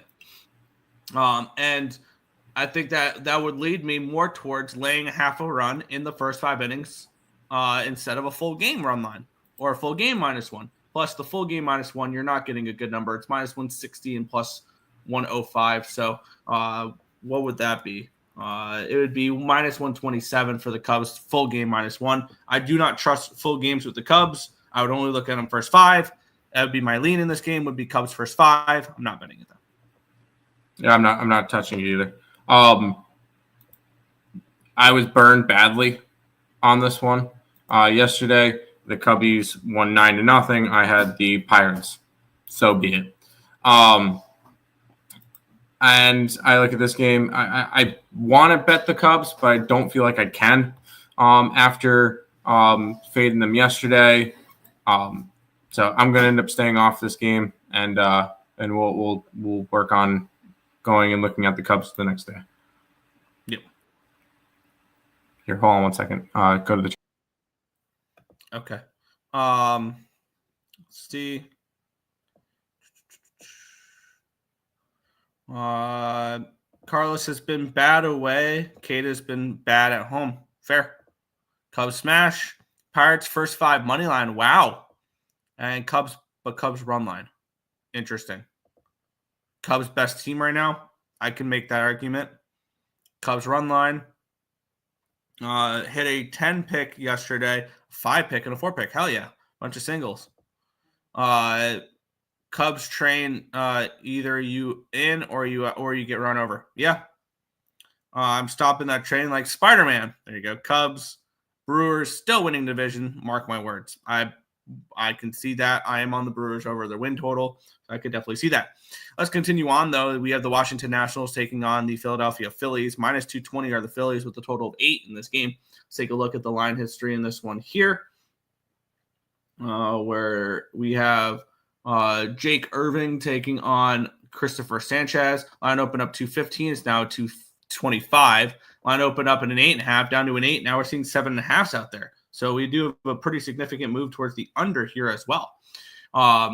Let's take a look at the cash flow in this spot where we have 92% tickets, 84% of cash on the over. In this one here, the line is moving towards the under pretty significantly.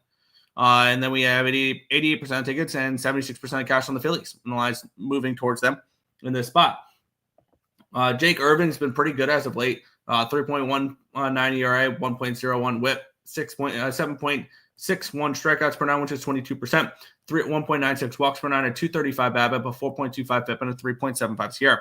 On the flip side, Christopher Sanchez, 3.42 ERA, 1.29 whip, 11.28 strikeouts per nine, which is 29%, 2.73 walks per nine, a 338 BABIP, a 3.69 FIP, and a 2.80 SIERA. Bullpen edge, Phillies. Hitting edge, Phillies, 99 WRC plus, which is 21st, compared to 71, which is 24th. For me in this game, I mean, I'd probably lean first 5 under if I had to back anything in this one, but this was not one that I really wanted to get too involved with. Neither teams are hitting particularly well, so that does lean me towards that under.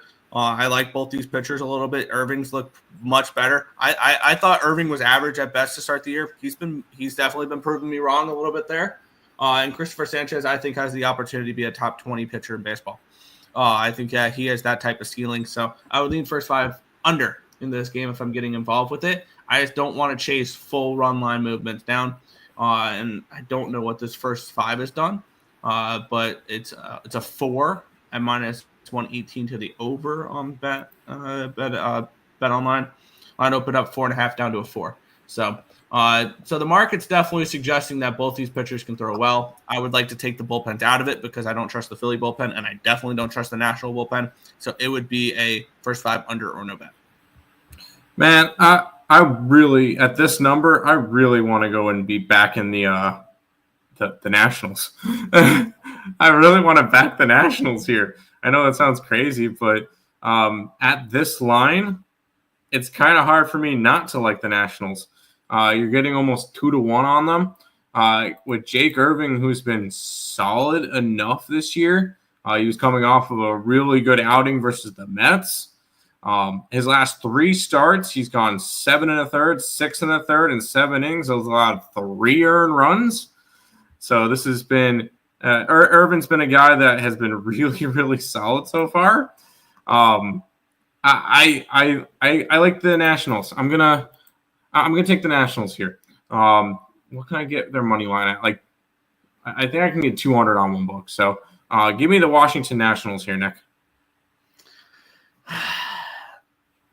Yeah, I mean, I'm not really looking at a side in this game. I kind of lean Phillies to take care of business in this one. I do like Christopher Sanchez. Line is moving towards them. I just really like this line. I really feel like there's a lot of value on the Nationals at this number. But yeah, I can see that. Here's the thing. If I'm looking at this game, if I'm backing a side, because of the low variance I'm projecting, I would look, I mean, it would be, for me, Nationals first 5, Phillies full game. That'd be the only way I would look at this game if I am betting this, strictly because I think that the bats for the Phillies over 9 innings is way better of an investment rather than cutting it down to 5. That's fair. And then I'll go through the chat, and then Nick, I'm going to end up heading out after the chat. Okay. I appreciate it. Let's look where it was. Where did you leave off? I left off.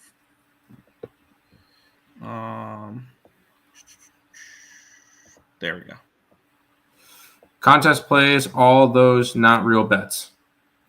I mean, if I had something in the contest, I had money on it too. So, yeah. Under first 5. Nathaniel over hits. Don't hate that. Go Cubs, go. Nationals first 5, Philly run line. FanDuel doing a 50% boost on LeBron over or under rebounds, potential middle option here, depending on opposing picks, price, and what we can get on the books. I love your approach to it, that you constantly are looking for different ways to get better value. I like that. Can the Nats steal one on the road? I think so. Hello, Nick. Okay. Holy Brandon needs another tutorial. Phillies, moneyline, Cubs, moneyline, parlay. Nats came back yesterday and shit the bed. They did not play well yesterday. Over minus 220 for the Phillies is too steep. Yes, Philly run line. Yep, half a quarter unit on Nationals plus 196. Hold your nose and look the other way. Phillies run line even is nuts. Long-term baseball isn't. This isn't the sport for the low. Yes, exactly. You need it's a long-term investment sport. You're gonna lose some plays, but if you follow your systems that you love and have made you money, you're going to make money long term. I don't care if I have a trend that goes 0-5, over a week. I don't care, because that's not long term. Because I know during the long stretch, that trend could easily be 20-10 through a month and a half, and that's long term investing. That's what baseball is. What about the Nerfy? I can see a Nerfy in this game. Philly Nerfy. Yeah, well, not today. The other days, of course. I got you. Nick, I'll keep the stream on in the background, and I'll put the rest of the plays up on the site. You just got to make sure you put up your hockey stuff. We just got a couple of things we need to do before the concert tonight. So wanted to try to get a couple of things done. So I do appreciate it. But I'll see you guys tomorrow. All right. Let's keep it going. We have the Tampa Bay Rays taking on the Kansas City Royals. We have the Rays minus 170 favorites with a total of 8.5 in this game. We have Noah Cameron making his at least season debut. I need to take a deeper look into Noah Cameron here of the Kansas City Royals, taking on Drew Rasmussen, who has been phenomenal this year. But this line opened up at a 175. It's down to a 170. So we do have a slight move towards the Royals. Line opened up 8.5 minus 110. It's now 8 at even money to the over. So we have a slight move towards the under here as well. We have 78% of tickets and 74% of cash on the over. Line's moving towards the under. 77 and 88 is on the Rays, and the lines move slightly towards the Royals. I want to take a look at Noah Cameron here, who is I don't have any stats for him so far this year because he's not pitched this year so far. I'm trying to get up his baseball reference. This one, let's Noah Cameron Royals. He is the number 5 ranked prospect in the farm system for the Kansas City Royals. He was drafted in the 7th round in 2021 out of Central Arkansas. So mid-major guy pitching there. He so far this year in 2025 has thrown in Omaha for the Storm Chasers 5 games, 22 and a third innings pitched, 3.22 ERA, and that is in the Independent League. He's been pretty solid, and he's one of those guys. I think he's going to be one of those mid rotation type of guys. He's not going to be an ace, but he's not going to cost you games type of player. Drew Rasmussen's been phenomenal. 2.1 ERA, 0.9 WHIP, 9.47 strikeouts per 9, which is 28%. 2.1 walks per 9, a 258 BABIP, a 2.3 FIP, and a 3.07 Sierra. Bullpen edge going towards the Tampa Bay Rays. The hitting edge going towards the Tampa Bay Rays. 78 WRC plus, which is 22nd, compared to 74, which is 29th. I think this is a nice spot for Noah Cameron to come in and have a good game in his first start. Is this a game? Is this a side I'm going to be backing, or is there a total I'm going to be back? No, I want to see Noah Cameron in action first. And that's the one thing with a lot of these guys making their debuts. I don't want to go ahead and bet them right away. I want to see what they look like adjusting to the major leagues. Now, there's some players that, like, if it's a prospect that I've been waiting for a while, I will back you. When Chase Burns makes his first start at Cincinnati, I'll probably look to back him. I backed Chase Dollander his first start with the Rockies. They cashed the first 5. Like, there's spots that I will look to back these prospects that I've been following for a while. When Trey Estabich comes up for the Blue Jays, that'll be a spot I back and stuff like that. So there are a few guys that I want to bet on when they get to the major leagues. I need to see him first. I need to see what we're getting from Noah Cameron first before backing anything in this one. So it's a pass for me in this one. Hasta luego. Yep. Rays money line. That's -170. Jeez. Tampa Bay Rays -1.5. Under night games. Yes, under night games, over in day games in the Rays Stadium. Yep. Tim Abbott. Yep. Nerfy, Rays money line. Caballero over half an RBI. There you go. Let's move on. The New York Mets are taking on the Arizona Diamondbacks. The Diamondbacks -115 road favorites with a total of 8 in this game, which makes total sense. Let's take a look at the line history in this one here, where we have the New York Mets. It's a pick 'em, it looks like. It opened up Diamondbacks -115. It's now down to a 106. So we do have a move towards the Mets in this game. Line opened up at an 8 -120. It's now 8 at -125. So a slight move towards the over here as well. For the New York Mets, it's going to be Brazaban opening for today. And then they're going to get a primary relief guy that they just called up from the minor leagues to kind of spot start here. I'm trying to load it up because I'm trying to remember because it was Brandon Waddell, lefty. So that's something to keep in mind there. I think Brazaban will go the first inning or two. And then it'll be Waddell from there, who was a minor league arm. He's okay. He's not gonna blow you away or anything along those lines. He's just up for the spot start, and he'll probably be sent down right back down after this game. On the flip side, we have Corbin Burns, a 4.05 ERA, 1.35 WHIP, 8.44 strikeouts per 9, which is 22%, 4.05 walks per 9, a 282 BABIP, a 4.73 FIP, and a 4.17 SIERA. The Mets have a 106 WRC plus, which is 13th against righties. Trying to get up the numbers against lefties here for the Diamondbacks because it's going to be Waddell, the long relief guy, which the Diamondbacks are 18th in baseball with an 84 WRC plus against left-handed pitching. So they are not as good against lefties as they are against righties. The Diamondbacks, which I think that'll play well into what to expect from Waddell. Is I think he could throw well in this game. We have 73% tickets, 90% cash on the Mets. The line has gone. The line has moved towards the Mets, though, for those that are interested in the Mets. 93% tickets and 80% of cash on the over. It's pretty simple for me. I'm not betting against the Mets at home. That's just not going to happen. And the ultimate question is, do we want to back the Mets with basically a bullpen day? I like the way the bullpens look for the Mets. And when you look at the way the bullpen's been used as of late, only Max Kranick threw yesterday. Other than I believe it was just a random arm that they just brought up, just have a body in the bullpen that threw yesterday when it was a blowout. Because Kevin Herget, who I believe is getting sent right back down, threw 42 pitches yesterday. They did the same thing with Jose Urena, which threw like 68 pitches. They've really done a good job saving the bullpen. Buteau threw 29 yesterday. Other than that, and Kranick threw 12 on Monday. Other than that, everybody else is fully rested and ready to go. I think this Mets bullpen day can be successful. And I'm not a fan of he's not the same pitcher that he was in Milwaukee. And I think this is a spot here where we see the New York Mets in this bullpen game look pretty good.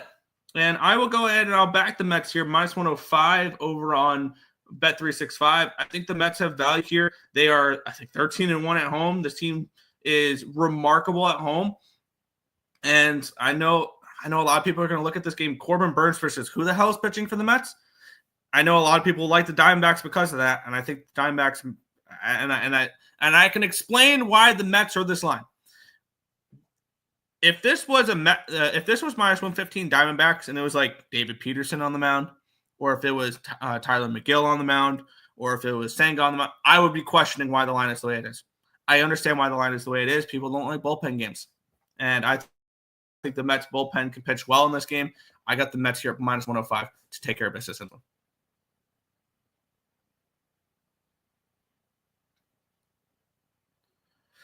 Let's see. Padres money line, Rays money line. All right. Rays team total over. Diamondbacks minus 110. Diamondbacks money line over 8.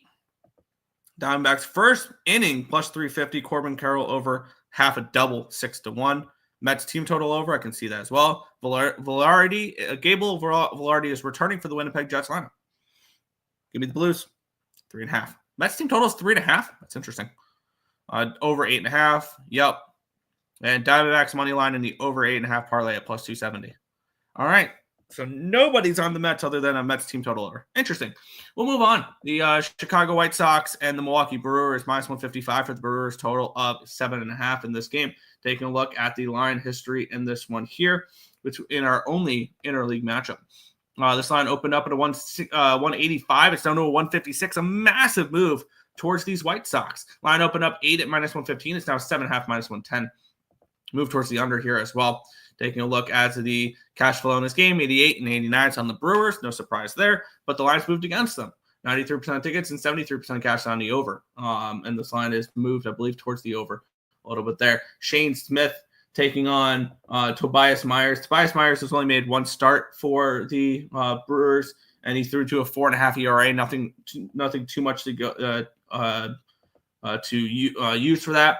Shane Smith, a 2.3 ERA, he's been pretty good, and a 0.95 WHIP.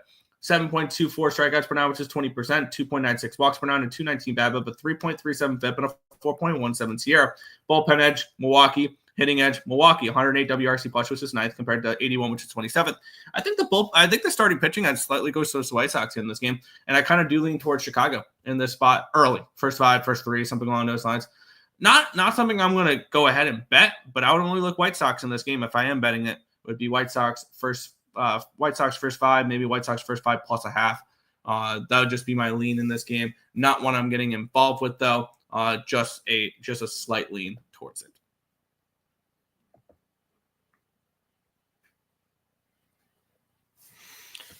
Juice minus 140. I don't mind the 4.5. Okay, that makes sense. White Sox first 5 plus 120. Brewers smash. White Sox money line. Luis Robert over half a hit. That's crazy. It was minus 110 yesterday, and it's now minus 140 today. But we have one last game in baseball, then we'll move into playoff games, where we have the Oakland Athletics taking on the Texas Rangers, minus 150 for the Rangers, total of 8 in this game. Let's take a look at the line history in this one here, where we have we don't have a line for Boston and Toronto. It's undecided for Toronto, and it's Lucas Giolito making his debut for the Red Sox, so not a game I'm interested in. Line open up 140. It's now 150 for Texas, so we do have a slight move towards Texas. Line open up in an 8 minus 115. It's now 8 at minus 115. 8.5 minus 115, so we have a half run line movement towards the over. 85% tickets, 71% cash on the Rangers. 82 and 85 is on the over in this one here. We have Luis Severino taking on Nathan Eovaldi. Severino has been decent this year, 3.49 ERA. A 1.09 WHIP, 6.75 strikeouts per nine, which is 18%, 2.79 walks per nine, and 232 BABIP, a 3.93 FIP, and a 4.33 SIERA.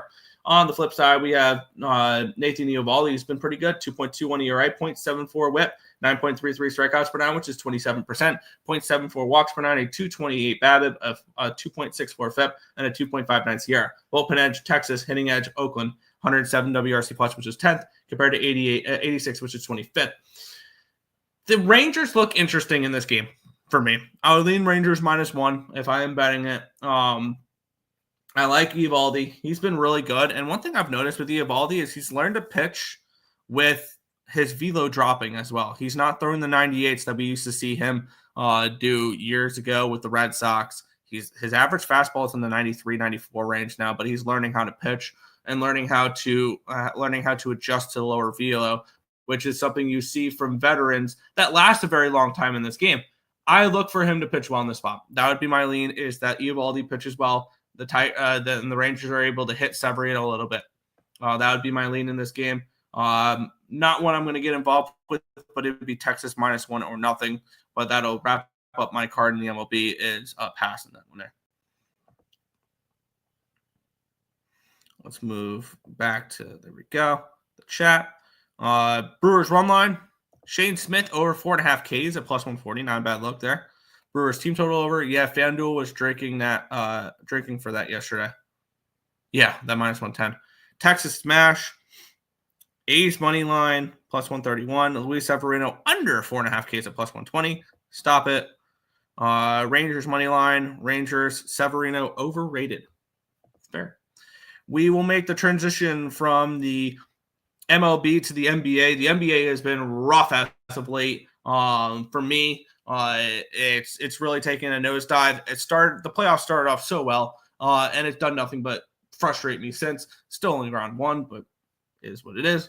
Let's talk about it. The Golden State Warriors and the Houston Rockets. -4 for the Rockets, total of 203.5. This line opened up at a 3. It's now a 4 for Houston. Line opened up 205. It's now 204. So move towards the under here as well. I want to take a look at the cash flow in this game, where we have 60% of tickets and 53% of cash on the Warriors. The line has moved towards the Rockets in this game here. 59% of tickets, 69% of the cash is on the over here as well. The line's moved slightly towards the over, which makes me think that the Rockets are probably the look in this game. And yes, the Rockets are down 3-1 in the series. They're at home though. I think they can force a game 6 back to Golden State. I do think Golden State probably takes care of finishes it off there in Golden State. But with that being said, I mean, the Rockets, they've been a team I've backed a little bit this series, and I've not been right on them at all. But Golden State, they've won 3 of the 4 games so far. Obviously, they lead 3-1. And in those games, all 3 have gone. Actually, the last one did go over the total. It was 109-106 in favor of the Warriors. Which the Rockets did cover as dogs in that game. I think this line, the way it is baiting you to take the Golden State Warriors. And I think that we see the Rockets come out here with fighting for their lives. I think they show up and we see a good performance from them. And I can get a -3.5, -118 on BetMGM. I'm going to grab that. And not only am I going to grab that, this line's moving up with the looks like sharp money on the over. I'm going to back them to put up some points as well. Over on DraftKings, team total over 103.5 at -115. I'm going to double up on the Rockets in this game. I think the Rockets show out here in this spot, and they, at the very least, keep this game, or they take care of business. They win this game. They force a game 6 back in Golden State, and they put up points while doing so. So for me, this is the Rockets -3.5. I got -118 over on -118 over on BetMGM. Unfortunately, I'm on Cappertek. I'm going to get a 4. But I'm also going to take the Rockets team total over 103.5 at -115 over on DraftKings as well.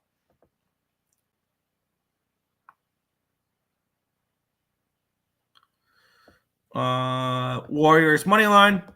Nick, go check out my picks I just submitted. Give me your thoughts. Oh, good God. Should I be scared? How many you submitted? Summary. Oh, good God. That's a lot of plays. That's a shit ton of plays. Wow. Okay. Good luck. Good luck. But good luck. But yeah, I have yeah, good luck. Rockets win this. Too much pressure for the Rockets. I don't think so. I don't think so at all. Because they're not the veteran group that Golden State is. I think there's more pressure on Golden State in this game. Actually, I don't know if there's really and I know it's game 5 of a playoff series. I don't think there's pressure really on the Rockets though, because you just made. I mean, this is your first year making the playoffs. It's a successful season for them, and they're young and they're looking to. I think next year is when you look at Houston more than you will this year, playoffs wise. I do think Golden State wins in 6, but I think the Rockets take care of business today. Rockets. Are you going to do the Rockets? Yes, I doubled up on the Rockets.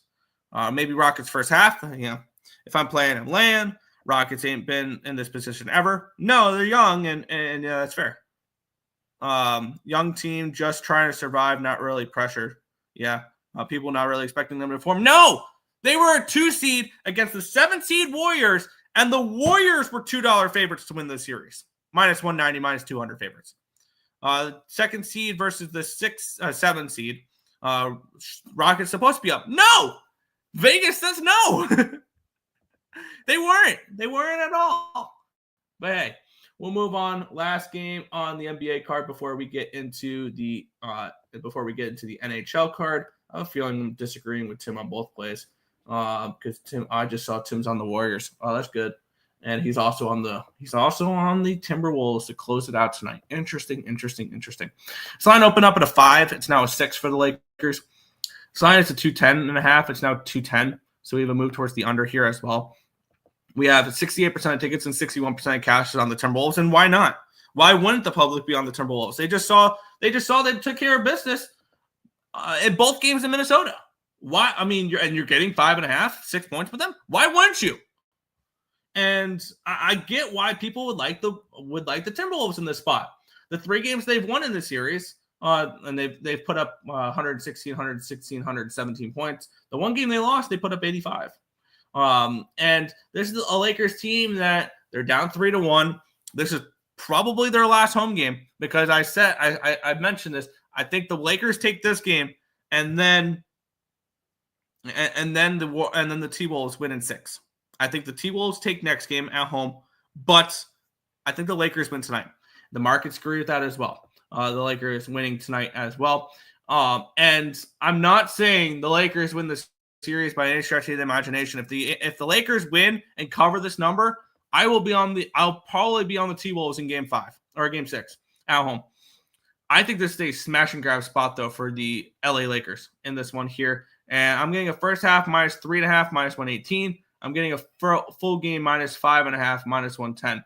I think this is a smash and grab for the Los Angeles Lakers. I think this is the exact same situation we had in game 2. They're off a bad loss and they're at home. Lakers off a loss at home. I think they take care of business. And I would think towards an under in this game. I can see the Lakers shutting down the Timberwolves off defensively in this game to a point where we see another low-scoring game, and they limit what we get from the Timberwolves offensively. So for me, I think this is a smash and grab on the Los Angeles Lakers, and then you look to back the T-Wolves in game 6. I think that's the way you approach this one. But I'm on the Lakers first half minus 3.5 and the full game minus 5.5 in this one here. Let's see. Lakers minus 6. Lakers smash. Wolves money line. I think the Wolves win game 6. I'm going to go for the Rockets. Yeah. Why not take the Rangers? No bat in the 10th. That's just not no bat in the 9th. I would lay a minus 1 line personally, but because I don't bet that type of prop. I haven't really looked at those props, honestly. Books are baiting the public so bad. That 5.5 is a trap. 8 or ace team total under. I could see that. The line moving towards the over in that game makes me like the Rangers team total over a little bit better. It tells me Severino gets it. We'll see. Ant-Man, what is it for the Lakers to win the series? That's a good question because I remember seeing in the beginning of the series somebody said there was no way the Lakers lose the series. For this spot, kind of interesting. But I will get that up and let me take a look here real quick. For series markets, you can get the Lakers at plus 360 to win the series. You can get the Lakers. Nope, it's they're only offering series spread for the Cavaliers series. Okay, it's the Cavaliers are minus 390 to beat the Pacers. So yeah, plus 360 there. Rockets, T-Wolves probably winning. I like the team total over more than the spread. That's fair. That was you. Oh, I thought there was somebody else that doesn't show up to shows anymore. Going to say hello to Higster. You're all good. Why I barely bet the sport. Fair enough. Me too. But I've doubled up on both games today. I'm on the Rockets minus 3.5, and the team total over 103.5. I'm on the Lakers first half minus 3.5 and the full game minus 5.5. Let's move on to the NHL. We have 3 games in hockey today. We'll talk about the Montreal Canadiens taking on the Washington Capitals. And I was wrong on this game. I'm willing to admit when I was wrong. And the Canadiens did not give the fight that I thought they would. Actually, my bad. They have. But that being said, I feel like that game 4 was just one of those spots where all the air was let out of the balloon. They were up late. They were looking to tie the series. And if they tied the series, I'm probably on Montreal in this game to take game 5 and take a 3-2 series lead. Instead, the Capitals tie it. They take the lead. They net 2 empty netters. And that game is and the game is over and the series is over, really. I think this is a spot where the Capitals are back at home. They won the first 2 games at home in the series. And I promise you, it'll be more than a unit that I bet on the Carolina Hurricanes to knock out the Washington Capitals in the next round. I promise you. Carolina will knock out the Washington Capitals. They will. And I will look to back them there. But with that being said, I'm on the Washington Capitals on the minus 1.9 here at minus 123 in this game here. I think the series is over. I think the Canadiens are done. And I know he's not a big – I know he doesn't play a huge factor on this team, but Alexander Carrier is, I think, out for his day-to-day. Patrick Laine doesn't look like he's questionable for this game. Samuel Montembeault is out as well. It'll probably be Dubas, whatever it is, for the Canadiens. And I think this is the spot where they just run out of gas. It's a fun, young Canadiens team. And I think this is a Canadiens team that'll make a deep run next year. I won't be surprised if they go over their point total. I won't be surprised if they win the Atlantic Division. I won't be surprised if they make a deep run in the playoffs, potentially reaching the Stanley Cup next year and winning the Stanley Cup next year, the Montreal Canadiens. So that is a team I will definitely be very interested in next year in the futures market. I think their season ends after tonight, though. I'm on the Washington Capitals on the minus 1.9 here in this one. Me and 446. Yep. I said it also. Fair. But yeah, he won't admit that. We know that. Yeah. I picked Habs in 7 plus 675. It's hard to end a team season. You saw it yesterday. Yep. Lane Hudson, 7 assists in the last 6 games. Cole Caulfield, 6 points in the last 6 games. Yeah, they've looked good. We'll see them. We will move on. Oh, yeah. Here's the official announcement. Jacob Dobes will start. Montembeault is out. So is Patrick Laine is out. Alexander Carrier, undisclosed, is a game-time decision. So we'll move on. The Florida Panthers and the Tampa Bay Lightning. The Lightning minus 110, total 5.5 in this game. I played the over 5.5 in this game. It's an elimination over, which actually, thinking about it with that Capitals game, I probably should play the Capitals team total over as well. I want to take a look at that real quick, and I'll probably add that real quick. Is the Capitals team total over in that game? If they do win that game, there will be empty nets involved. They will pull the goalie, and I think the Capitals can score against Montreal. Washington team total over is 3.5 at minus 105. I'll probably add that. I'm going to add that as well. Over on Bovada, Washington team total over 3.5 minus 105. And if you're looking for it, BetMGM has it. I would have to take a look what the odds are if you want to sprinkle it. The Washington Capitals to score an empty net goal in this one as well, or in that game as well. Is probably worth a shot there. I want to see if they have under what would be game props. Let's see. Team to score an empty net goal, plus 220 for the Capitals, plus 110 for there to be an empty net goal in the game. I think you can do something very similar to this one as well, because if the Panthers are winning in any way, shape, or form in the third period, Cooper is someone who's very aggressive to pulling the goaltender. Looks like they're not offering empty net props for this Florida game. Interesting there. But I'm on the over 5.5 in this game. And for me, this is me backing the Florida Panthers a little bit in this game. I think there's goals, and then I think there's opportunities for empty nets. And that's when we see games get kind of crazy here for elimination games. If you think the team wins and eliminates the other team, you probably like the over. So I kind of lean over 6 in that Capitals-Canadiens game as well. That's why I took the team total over for Washington too. I'm on the over 5.5 in this game in the spot, looking for probably Florida to wrap it up. It wouldn't surprise me if Tampa wins this game though. But either way, I think there's goals in this spot. So I'm on the over 5.5 here in this game. I was tempted to lean Tampa Bay. It's not enough for me to pull the triggers on it, though. Dylan Strome, 12 points in the last 7 games. Yeah, he's definitely someone you have to start with if you're looking at props. Los Angeles Lakers series winner versus the Wolves plus 360, 12.50 to win 50. There you go. I picked Tampa in 7 plus 450. All my futures are small money that aren't the MLB. That's fair. Panthers money line. I'm looking to see if they give me a cash after tonight if the Lakers win. Wouldn't surprise me if it definitely goes up. Barkov, 8 points in the last 7 games. And Bennett, 4 points in the last 4 games. There you go. Final game on the card. The St. Louis Blues taking on the Winnipeg Jets. -70, 1.5 for the total of 5.5 in this game. All the momentum is back with the St. Louis Blues in this series. They won Game 3 and they won Game 4 at home.